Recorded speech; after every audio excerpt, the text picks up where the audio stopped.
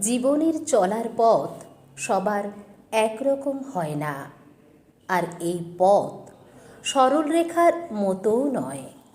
কখনো পাহাড়ি রাস্তার মতো আঁকাবাঁকা, কখনো বা বর্ষার ভেজা মেঠো রাস্তার মতো।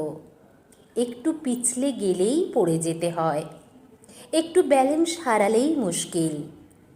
তাই মানুষকে সংগ্রাম করেই জীবনের পথে চলতে হয়।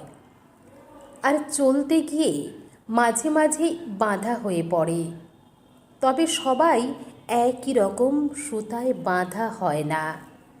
অবশ্য একই রকম বাঁধনে বাঁধা হয় না বলেই কেউ হয়ে যায় কবি, কেউ বা পাগল, কেউ বা দার্শনিক, কেউ হয়তো পাকা সংসারী, কেউ বা ব্রহ্মচারী, কেউ যাযাবর, কেউ পলাতক, কেউ বেদে বা বেদিনী, কেউ জায়া জননী, কেউ মধুচক্রের মক্ষীরানী, রাতের মায়াবিনী, কেউ আবার রামের মতো সাধন সঙ্গিনী। এই মহাবিশ্বের মহাবাজিকর তার অদৃশ্য সুতার বন্ধনে কত খেলাই যে দেখিয়ে চলেছেন, তার হিসাব তিনিই জানেন।